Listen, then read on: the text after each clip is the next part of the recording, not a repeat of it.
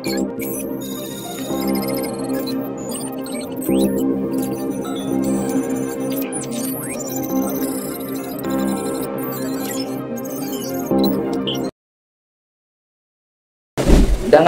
everyone. Today we'll be presenting our project, the Smart Inventory and Sales Management System built in Java using linked-list data structure. The main goal of our system is to manage products, record sales, and generate simple report using linked-list operation instead of array or databases. This allows us dynamically stores, update, and delete the data without fixed limits.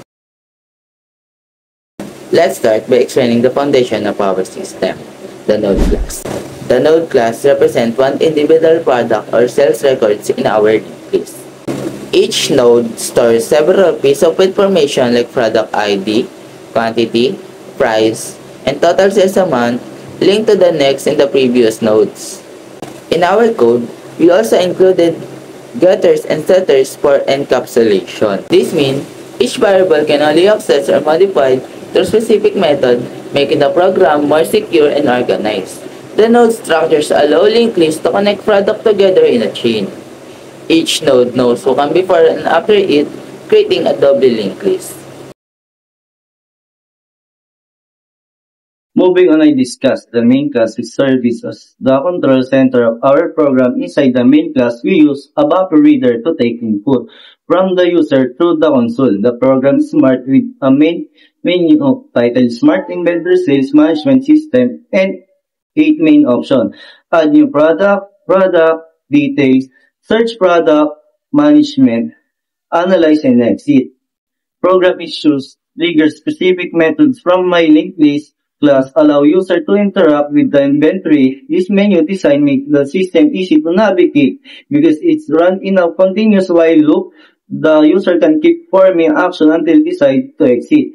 In short, the main class connects the user interface to linked list operations.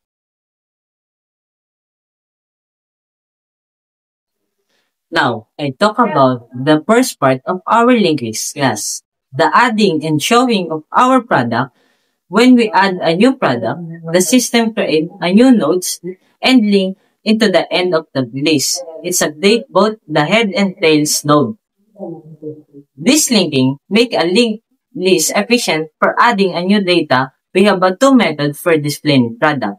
One, displaying first, which shows the product from the first added to the last. And two, display last, which shows them in reverse order from the most recently added back to the first. If the list is empty, the program display a friendly message stating the product list is empty. These features show how a linked list can traverse data in both directions, thanks to our previous and next reference. Dito sa display first, na kung nakikita nyo sa background ko, una, gagamit tayo ng if head is equal to null. Ito, chinecheck niya kung empty ang list, ibig sabihin walang head.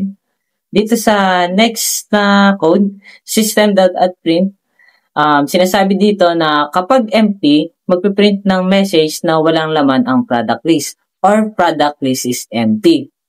Dito po sa return, lalabas na agad sa method, hindi na magpapatuloy sa susunod na code. Dito po sa node current is equal head, gumagawa ng variable na current at nilalagay ito sa head or start ng list. Gagamitin ito para sa i-traverse ang list gamit ang loop.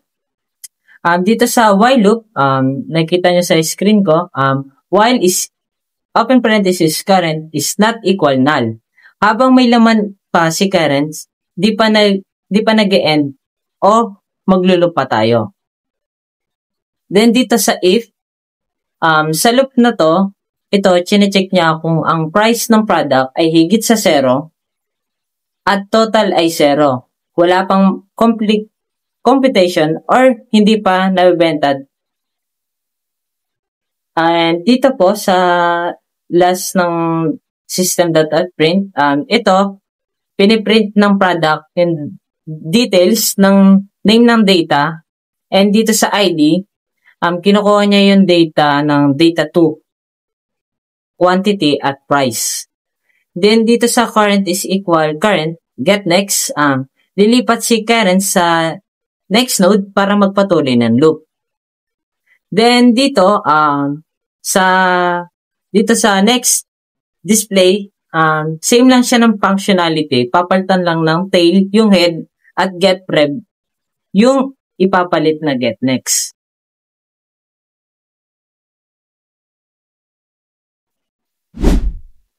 Next, I'll explain how we manage updates and deletions in our linked list. For updating, we created two methods, update name, which allows users to change a product's name, and update ID, which allows them to modify a product's ID. These updates happen by moving through the list until we find the target node. Once we find it, we change the corresponding value using the setter methods. For deletions, we provide three options: delete product, which deletes a specific product, delete sale, which deletes a sale record, and delete all, which clears the entire list, including all products and sales.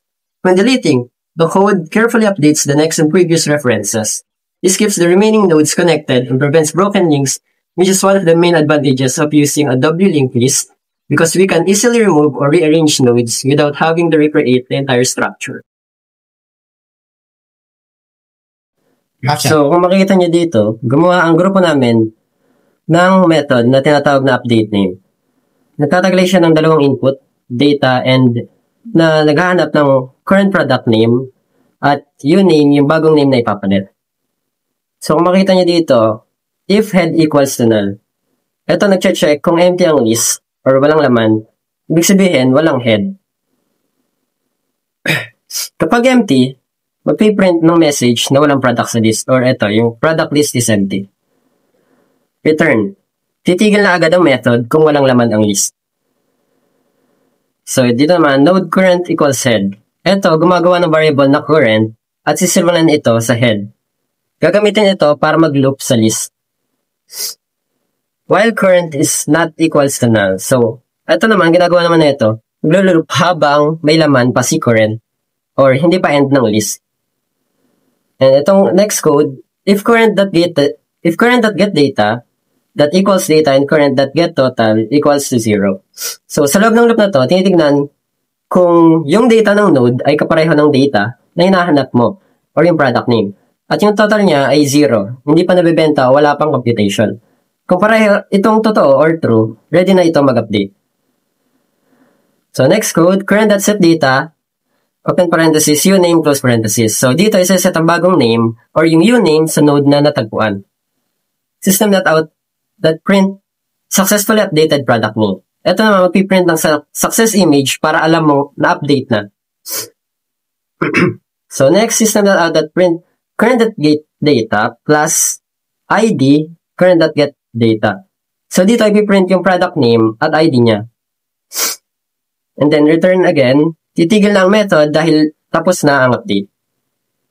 So, next, current equals current.get next. Kung hindi pa natagpuan ang tamang product, lilipat sa next node para mapatuloy ang loop.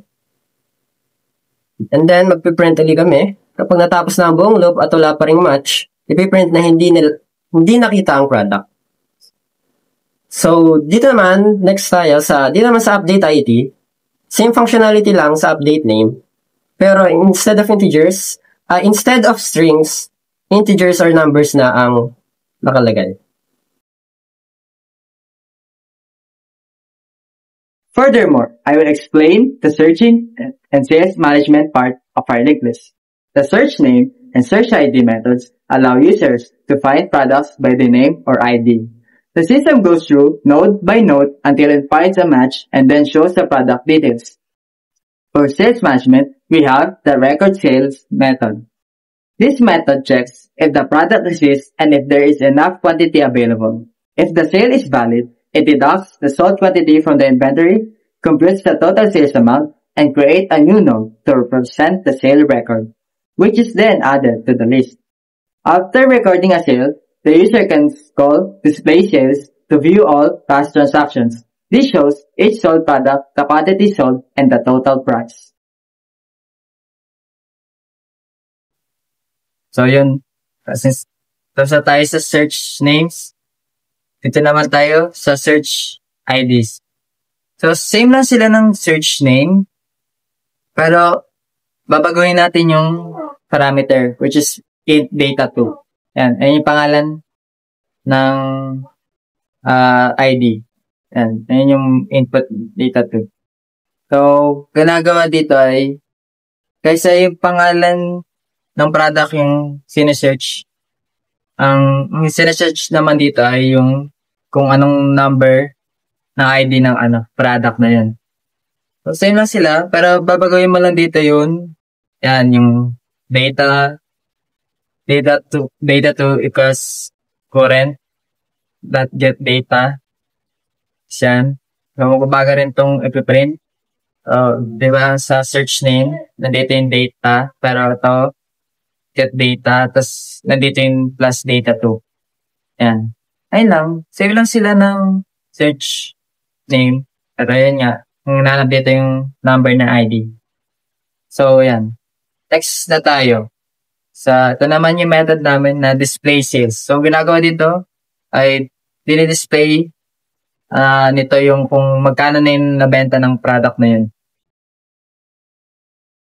So, yan. Matay dito. Node current equals sed. So, yan. Yung current, gagawa tayong variable, name na pangalan current, tapos magsisimula siya sa head. So, magkakasing value sila. So, yan. Next, boolean found equals false.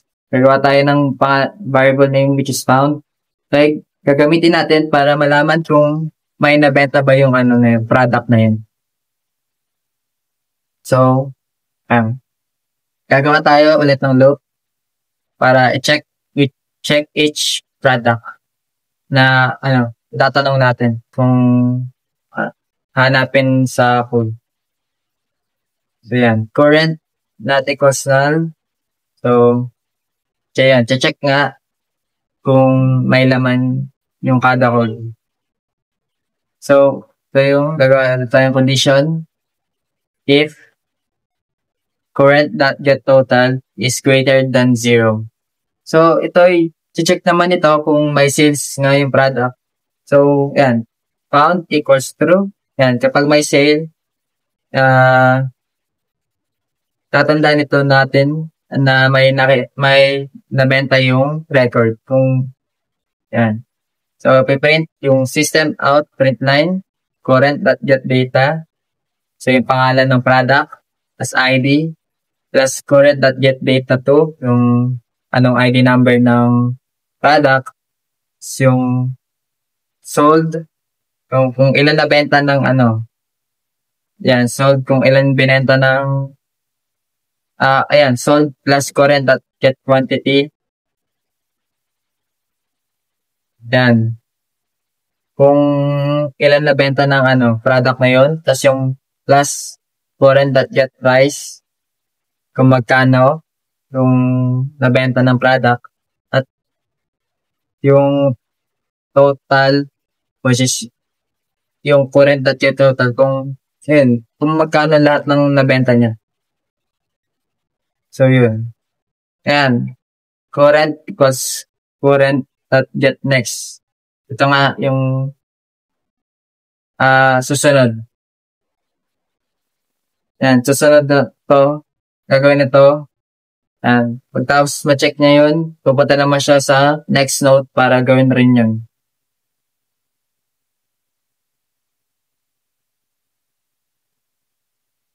So, yan. So, may isa pang condition, if not found. So, pag gusto niyo itong, search nga sa each node, pag walang nabenta yung na yun, product na yun, ito yung mag-print, which is system.outPrint line, no sales records yet. So, which is yun. Finally, I'll discuss the reports and analytics feature that summarizes all the data stored in the linked list. The reports method produces a basic report that summarizes the total amount of products, the total sale amount, the top selling product, and any out-of-stock items. These reports and analytics allows users to make quick judgment about the business, like which items are selling well or needs to be restocked. So, dito naman tayo sa isang method namin, which is public void reports. So, ito yung method na ginagamit para ma-print yung summary report ng lahat ng products and yung sales. So, dito, same din sa ibang methods na mayroong if head equals to null, system.out, no data available kapag walang laman yung list. So, next tayo. In total products equals 0, double most sales equals 0, and string top product equals to wala. Ating dalawang quote lang. So, ano lang siya? Gumawa ng tatlong variable na to para sa bilang ng products, tapos yung pinakamalaking sales amount, tapos yung pangalan ng top selling product. Tapos, ito ulit, gagamit ulit tayo ng current. So, nagawa ng node na pangalan ay current. So, node current equals to head. Tapos, same ulit ang while loop para mag-loop siya kapag may laman lang yung list. So, kapag meron nga, pupunta tayo sa una nating condition, which is if current.getPrice is greater than 0 and current.getTotal is equals to 0, total products increment. So, bibilangin lang ang products na may price pero hindi pa nabebenta. Ayun lang ginagawa ng code na to. And then, sunod naman na if current.getTotal is greater than most sales equals current.getTotal and top product equal current.getData. So, sa code ito, titignan kung ang product na ito ang may pinakamalaking sales. Tapos, kung siya nga yung may pinakamalaking sales, ay i-update yung most sales at top product. Ayun lang yung ginagawa ng code na yun. Tapos, ayun, current equals current.getNext, mag-move lang. And then, system.out.println, total products, plus yung total products na nakuha nun. And then, system.out.println, total sales revenue, tapos yung, total sales. So, ipiprint lang yung total products na hindi pa nabenta, tapos yung total sales revenue. Tapos, dito naman tayo sa pangatlong if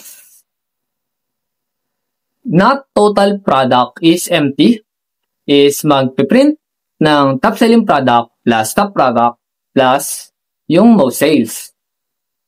So, kung merong top product, ito yung piprint. Tapos, kung wala naman, pupunta tayo sa else, which is no sales record yet. And then, sa susunod naman, ito yung mag-check kung may stock pa ba yung products or wala. So, system.out.print line out of stock products, tapos current equals head, boolean any out na pangalan equals false. So, ipiprint dito ang header para sa out of stock section, and then magre-restart si current. Tapos, magagamit yung any out natin na boolean para malaman kung meron bang wala ng stock. And then, punta naman tayo sa while. Same ulit. Current not equals null. Tapos, if current.getQuantity equals to 0 and current.getPrice is greater than 0 and current.getTotal equals to 0, system.out.println current.getData plus yung ID niya, current.getData2. Tapos any out equals true, yung boolean. And then current.getData current, get, next. So, ang ginagawa lang nito is maglo-loop para hanapin ang products na walang quantity, may presyo, at hindi pa nabebenta. Tapos kung meron, is ipiprint ang name at ID. Then if not any out or kung false yung any out, is system.out.print none. So kung walang out of stock na product na nakita, magpiprint is none. So ayun lang yung reports method namin. And thank you for listening.